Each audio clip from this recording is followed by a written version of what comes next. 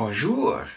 Episode 3 of the Emma Watson-a-thon, and today I will be watching Harry Potter and the Prisoner of Azkaban.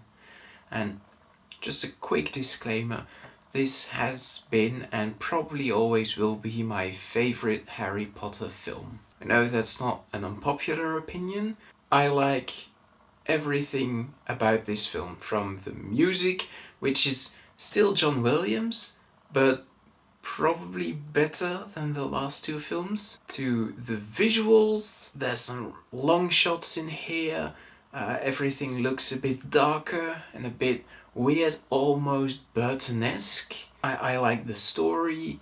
I like this film. I love this film. It's my favorite. What can I say? I think Alfonso Cuarón took a really interesting direction with this film. I'm not really sad that this is the only film that he directed in this series. I think it's actually pretty cool that we have one film that really stands out. And I even think that's one of the reasons I like Harry Potter so much, is you have Chris Columbus's films, and then you have Alfonso Cuarón's films, which is something entirely different. Then you have Goblet of Fire, that's something completely different. And then you have Order of the Phoenix, which is also something completely different than Goblet of Fire. And then Half-Blood Prince is a little bit like Order of the Phoenix, but not entirely. And then the last two are a little bit like Half-Blood Prince, but not at all like Order of the Phoenix. So the last four kind of blend into each other naturally. It's not such a stark contrast as the first four, but it's so fun. It's like seeing everyone's take on the Harry Potter series, and that's something I really like. I feel like I am rambling, so I'm just going to watch the film and let you know what I thought of it after I've seen it.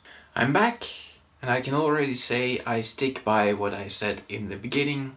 This is still my favorite Harry Potter film. It is so good. In case you are unaware, Harry Potter and the Prisoner of Azkaban is about Harry Potter's third year at the wizarding school called Hogwarts. And this year, a dangerous murderer has escaped from Azkaban with one goal only, and that is to kill Harry.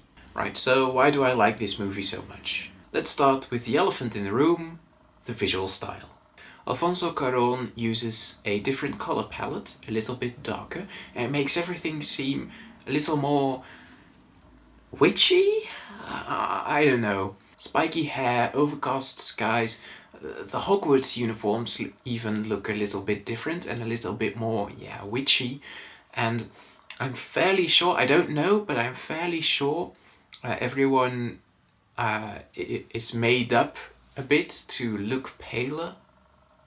Everyone looks very pale in this film.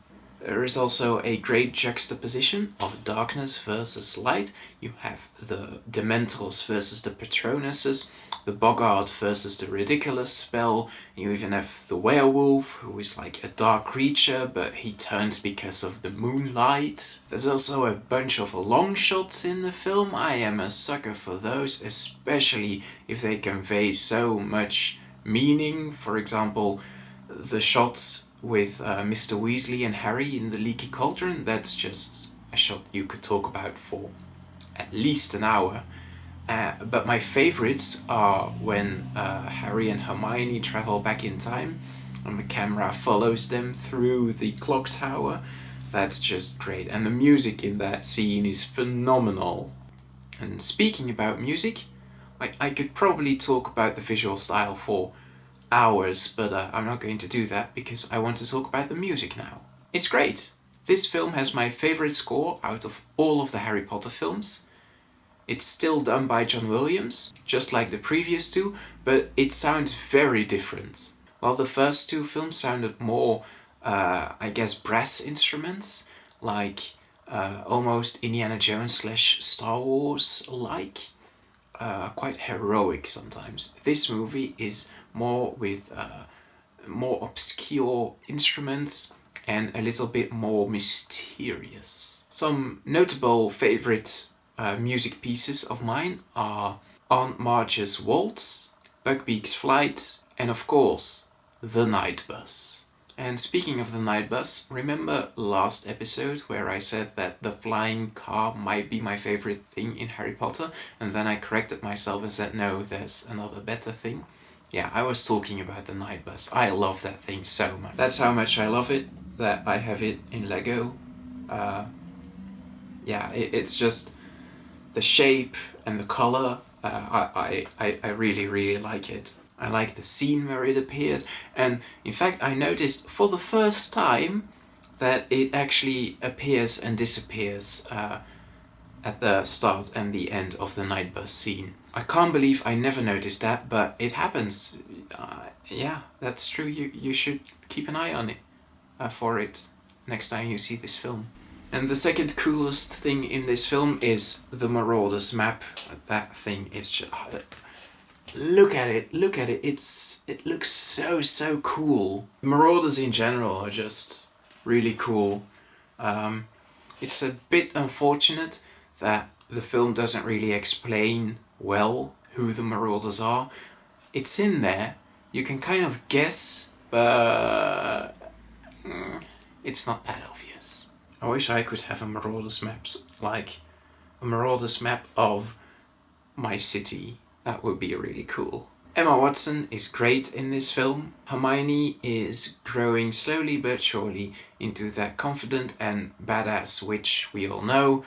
The scene where she slugged Draco in the face, I mean, it's iconic, I don't need to tell you. And Emma Watson's acting is great in this film as well. She grew so much since Philosopher's Stone. In fact, I think there's only one scene where she's like parroting a textbook, and that is with the Boggart. Apart from that, which clearly had to be in there to have a little bit of character continuity, all her lines sound very natural, like something a real person would say. That's not something you could say about her lines in The Philosopher's Stone. Also, she wears jeans in this film. Like in the first two films she only wore like skirts and stockings, but now she wears like things someone her age would wear, I think. Her costume in the first and second film looked very believable, but I know, it's something different, it's something nice. Harry and Ron also have drastically different clothing styles in this film. It's one of those things that changed with Corone, so yeah, I really like that. I'm a big fan. Also, Emma Watson looks great in a pink sweater. Also, Daniel Radcliffe looks great in a black sweater. Rupert Grint, not a big fan of his homemade clothes. I guess it matches his character, but yeah, not a huge fan. All in all, I am giving this film a 9 out of 10. It's just really that good. There's some continuity errors in there that bother me, like the layout of Hogwarts and the grounds, and the Hogwarts uniforms change from the last film to this one, and that kind of bothers me. But apart from that, this film is perfect. Like, it's the best Harry Potter film.